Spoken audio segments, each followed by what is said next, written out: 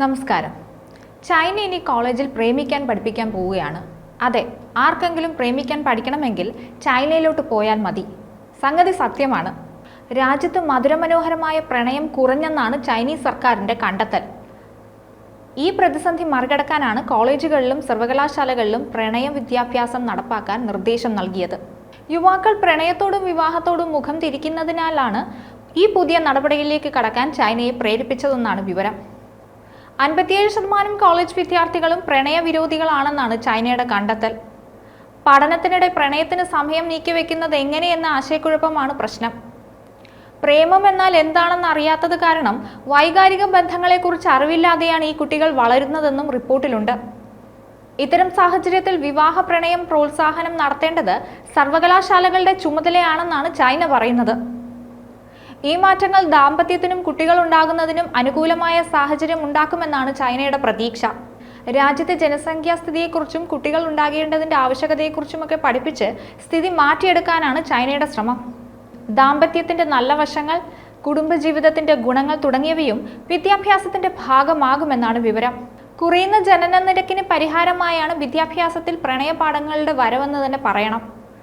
ബിരുദതലത്തിലുള്ളവരെയും മുതിർന്ന കോളേജ് വിദ്യാർത്ഥികളെയുമാണ് പ്രണയം പഠിപ്പിക്കാൻ ഉദ്ദേശിക്കുന്നത്. കേസ് സ്റ്റഡികൾ, ഗ്രൂപ്പ് ചർച്ചകൾ എന്നിവയിലൂടെയായിരിക്കും ഈ പഠനം ചൈന നടപ്പിലാക്കുക. എതിർലിംഗവുമായുള്ള ആശയവിനിമയവും ഇഴകിച്ചേർന്ന ബന്ധങ്ങൾ തുടങ്ങിയവയും സിലബസിൽ വരുമെന്നാണ് അറിയുന്നത്. കഴിഞ്ഞ മാസം ചൈനീസ് സ്റ്റേറ്റ് കൗൺസിൽ തദ്ദേശീയ സർക്കാരുകളോട് ജനസംഖ്യാ നിരക്ക് കുറയുന്നത് തടയാൻ നടപടികൾ സ്വീകരിക്കണമെന്ന് ആവശ്യപ്പെട്ടിരുന്നു. പ്രേമവും കല്യാണവും കുട്ടികൾ ഉണ്ടാകലുമെല്ലാം അതിൻ്റെതായ സമയത്ത് നടക്കണമെന്നാണ് സർക്കാരിൻ്റെ ആഗ്രഹം.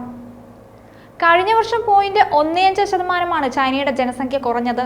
അതായത് ആകെ ജനസംഖ്യയിൽ 20 ലക്ഷത്തിൻ്റെ കുറവാണ് ഉണ്ടായിരിക്കുന്നത്.